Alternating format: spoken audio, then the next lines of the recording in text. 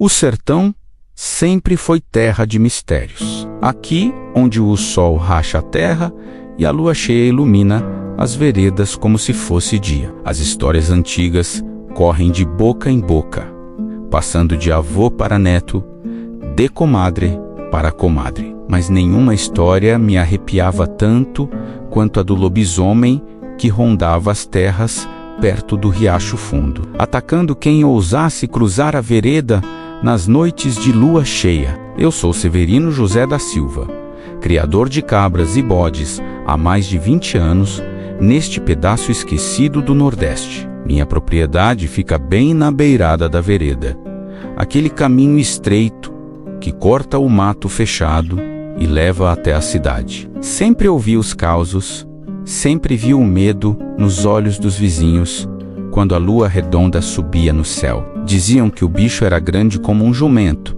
peludo e fedorento, com olhos que brilhavam vermelho na escuridão. Diziam que arrancava pedaços de gente, que deixava rastro de sangue pelo caminho, que seu uivo gelava a alma de quem escutava. Mas eu nunca tinha visto nada. Achava que era invenção de gente medrosa, dessas que vê assombração até na própria sombra. Até aquela noite maldita de setembro, quando a lua cheia estava tão grande que parecia que ia cair em cima da gente. Era época de marcar os animais novos. Eu tinha comprado uns bodes e umas cabras de um criador lá de Quixadá, e precisava botar minha marca neles antes que alguém dissesse que eram roubados. Minha marca era simples, um S entrelaçado com um J, feito no ferro forjado pelo velho Damião, o ferreiro da região. Naquela noite, acendi a fogueira grande no terreiro, bem perto do curral, e botei 3 ferros no meio das brasas para esquentar. A lua estava subindo, redonda e amarela, quando comecei o trabalho. Meu filho mais velho, Zé Pequeno,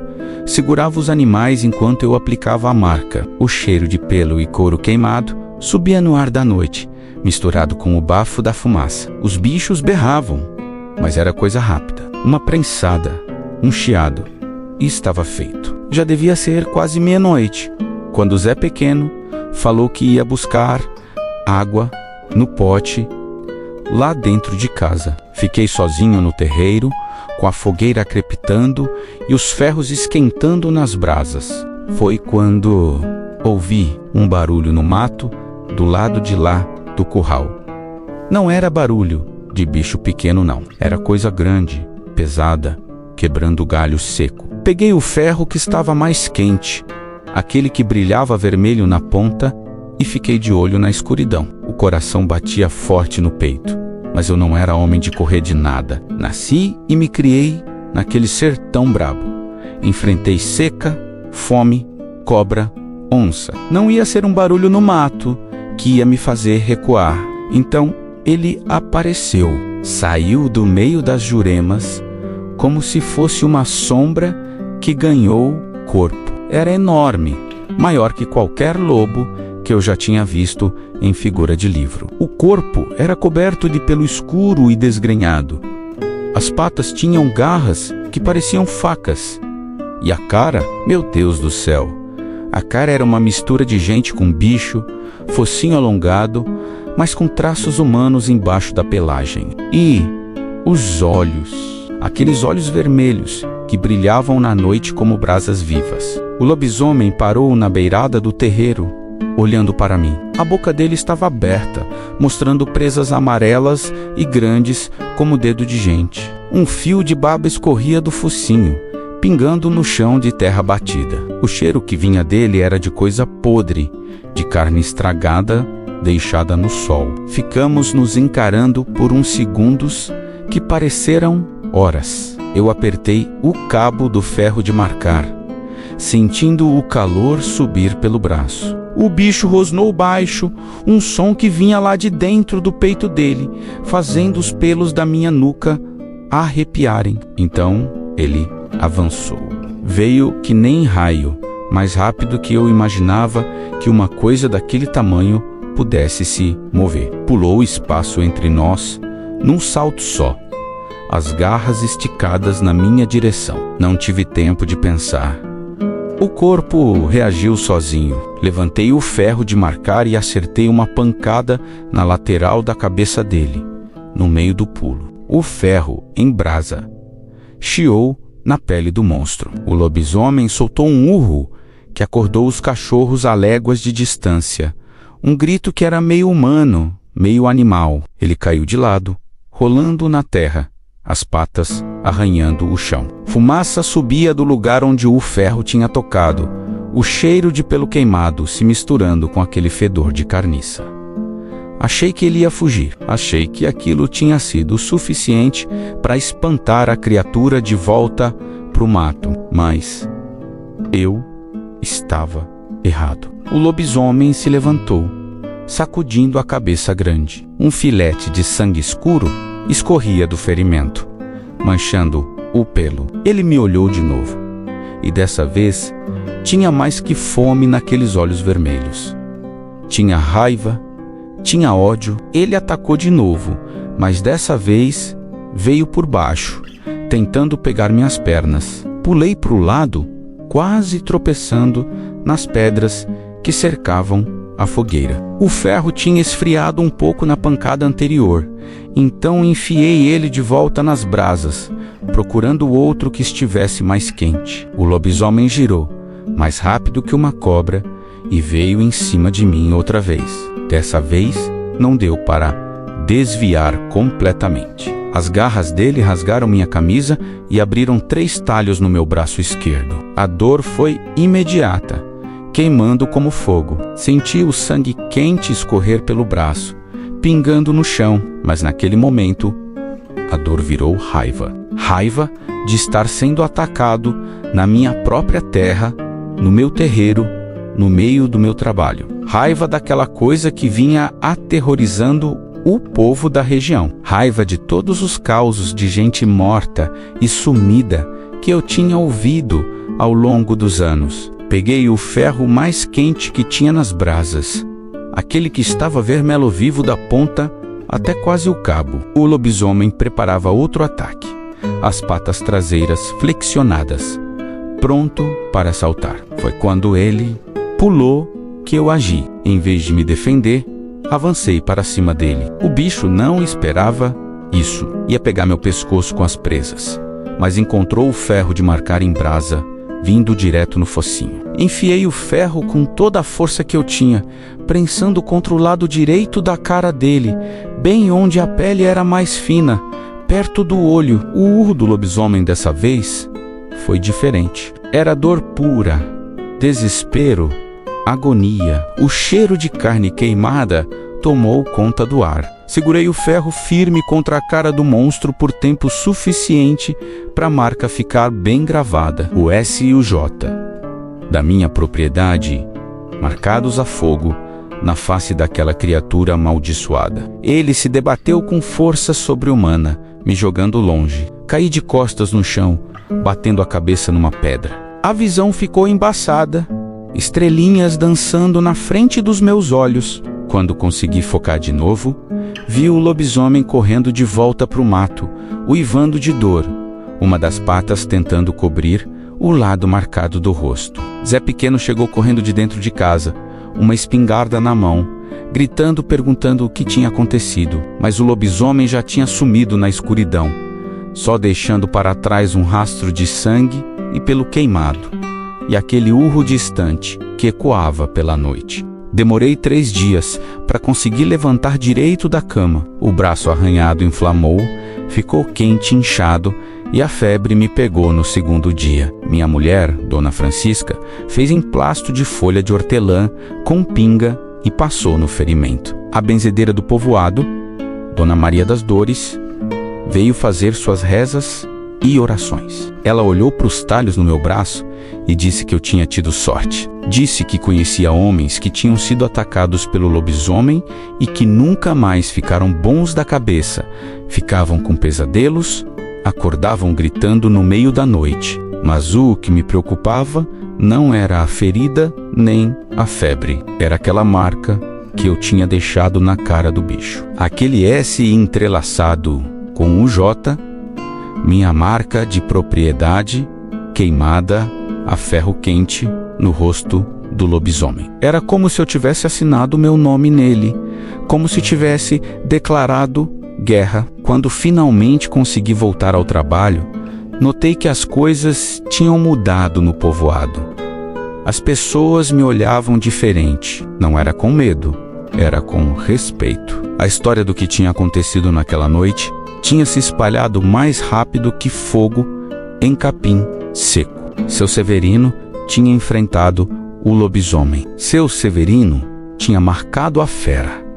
Seu Severino tinha sobrevivido, mas eu não me sentia como herói nenhum. Sentia que tinha acordado algo que devia ter ficado quieto. Todas as noites eu checava as trancas das portas e janelas 2 vezes. Todas as noites eu dormia com a espingarda carregada do lado da cama. Todas as noites, quando a lua começava a crescer no céu, meu coração apertava. Foi 3 semanas depois do ataque que comecei a ouvir os rumores. O lobisomem tinha sido visto de novo, mas agora ele não atacava mais na vereda. Agora ele rondava as casas do povoado, sempre na sombra, sempre na escuridão. As pessoas diziam ter visto uma criatura grande e peluda passando entre as árvores, mas o mais assustador era a marca em brasa na cara dele, que ainda estava vermelha e viva, brilhando na escuridão como se o ferro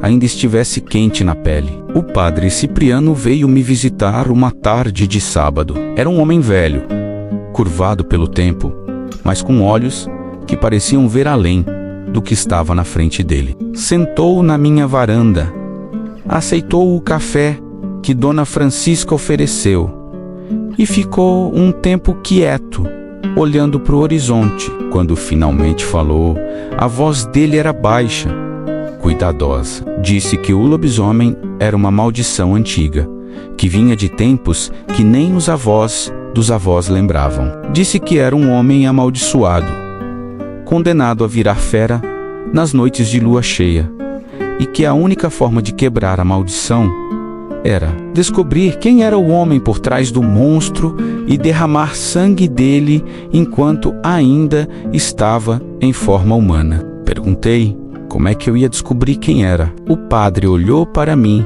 com aqueles olhos fundos e disse: pela marca. Quem tivesse aquela marca no rosto, aquele S entrelaçado com o J queimado na pele, esse era o lobisomem. A maldição podia transformar o corpo, mas não podia apagar uma marca feita em brasa. A marca viajava com ele de uma forma para outra. Senti um frio na espinha. Isso significava que o lobisomem andava entre nós durante o dia, disfarçado de gente comum, com minha marca queimada no rosto, para qualquer um ver. Comecei a prestar atenção nas pessoas do povoado. Olhava cada rosto que passava por mim na feira. Cada homem que chegava para comprar cabra ou bode, cada vizinho que aparecia para tomar um café, procurava a marca, procurava aquele SJ que eu mesmo tinha gravado na carne da fera. Foi num domingo de manhã, depois da missa, que eu vi. Tinha um homem encostado na parede da igreja, o chapéu puxado para baixo, cobrindo metade do rosto. Não era do povoado. Isso eu tinha certeza. Era alto, magro, com mãos grandes e calejadas. Quando ele levantou a cabeça para responder uma pergunta de Dona Josefa, vi, do lado direito do rosto, subindo da bochecha até perto do olho, tinha uma cicatriz vermelha e inchada. E não era uma cicatriz qualquer. Mesmo de longe, mesmo distorcida pela cura, eu reconheci o formato. O S entrelaçado com o J, minha marca. Meu sangue gelou. O homem me viu olhando e nossos olhos se encontraram. Foi só um segundo, mas naquele segundo eu vi a mesma raiva, o mesmo ódio que tinha visto nos olhos vermelhos do lobisomem naquela noite de lua cheia. Ele sabia que eu sabia. O homem virou e começou a andar rápido em direção ao mato, o chapéu ainda escondendo parte do rosto marcado. Não pensei 2 vezes. Fui atrás dele. Alguns homens do povoado viram à pressa e me seguiram, seu Raimundo, seu Antônio, o jovem Cícero. Gritei para eles que aquele era o lobisomem, que estava fugindo, que não podiam deixar ele escapar. A caçada se estendeu pelo resto do dia. O homem conhecia o mato, conhecia cada trilha, cada esconderijo, mas nós éramos mais, e conhecíamos aquela terra desde criança. Fomos fechando o cerco, empurrando ele cada vez mais para perto do riacho fundo, onde o mato era mais fechado e não tinha para onde correr. O sol estava se pondo quando finalmente encurralamos ele numa grota perto da água. Ele estava de costas para a pedra, ofegante, o rosto descoberto agora. A marca queimada brilhava vermelha na pele dele, ainda fresca como se tivesse sido feita ontem. Era um homem de uns 40 anos, rosto marcado pelo sol e pelo sofrimento, olhos fundos e assustados. Ele não tentou atacar, não tentou se transformar. Só ficou ali, encostado na pedra, olhando para nós com uma mistura de medo e resignação. E então ele falou. A voz era rouca, cansada, cheia de uma tristeza antiga. Disse que não tinha pedido pela maldição. Disse que tinha nascido assim, 7º filho de uma família de 7, amaldiçoado desde o berço. Disse que tinha tentado fugir, tinha tentado se esconder, tinha tentado viver longe das pessoas para não machucar ninguém, mas a maldição era mais forte. Nas noites de lua cheia, a transformação vinha, e ele não conseguia controlar. Não lembrava de nada do que fazia quando era fera. Só acordava no dia seguinte coberto de sangue e sujeira, com pedaços de memória que o faziam querer morrer de desgosto. Disse que quando eu marquei ele naquela noite, pela primeira vez em anos, ele tinha sentido esperança, porque agora ele podia ser identificado. Agora alguém podia acabar com aquilo. Agora ele podia finalmente descansar. Seu Raimundo tinha trazido a espingarda. A lua já estava começando a subir no céu, redonda e cheia, do mesmo jeito que estava naquela noite de setembro. O homem amaldiçoado olhou para a lua e depois olhou para mim. Nos olhos dele, vi o pedido. Vi a súplica de alguém que estava cansado de carregar um peso que não era dele. Peguei a espingarda das mãos de seu Raimundo. O cano estava frio, pesado. O homem fechou os olhos, a marca queimada no rosto parecendo pulsar na luz fraca do entardecer. Pensei em todas as pessoas que tinham sido atacadas ao longo dos anos. Pensei nas noites de terror, nos gritos, no sangue derramado na vereda. Pensei na criatura que tinha vindo até meu terreiro, que tinha rasgado meu braço, que tinha tentado me matar, mas também pensei no homem que estava ali na minha frente. Um homem que não tinha escolhido seu destino, que tinha vivido uma vida de sofrimento e maldição, que carregava no rosto a marca da sua desgraça. O tiro ecoou pela grota, espantando os pássaros das árvores. O corpo do homem caiu devagar, escorregando pela pedra até ficar deitado no chão. O sangue escorreu, misturando com a terra seca, e enquanto o último raio de sol desaparecia no horizonte, todos nós vimos, o corpo começou a brilhar com uma luz suave, dourada, e por um momento, só um momento, aquele rosto marcado e sofrido pareceu estar em paz. Enterramos ele ali mesmo, perto do riacho fundo, debaixo de uma jurema velha. O padre Cipriano veio no dia seguinte fazer a bênção e as orações. Disse que a alma estava finalmente livre, que a maldição tinha sido quebrada com o sangue e com a morte. Nunca mais houve ataques na vereda. Nunca mais alguém viu o lobisomem rondando as casas nas noites de lua cheia. O sertão voltou a ser só sertão, com seus mistérios e suas histórias, mas sem aquele terror específico que tinha assombrado a região por tanto tempo, mas às vezes Nas noites de lua cheia, quando estou sozinho no terreiro cuidando dos meus animais, eu olho para os ferros de marcar esquentando nas brasas e penso naquela noite. Penso na criatura que atacou. Penso no homem que morreu. E penso na marca, aquele S entrelaçado com o J, que uniu nossos destinos de uma forma que eu nunca imaginei quando mandei o velho Damião forjar aquele ferro.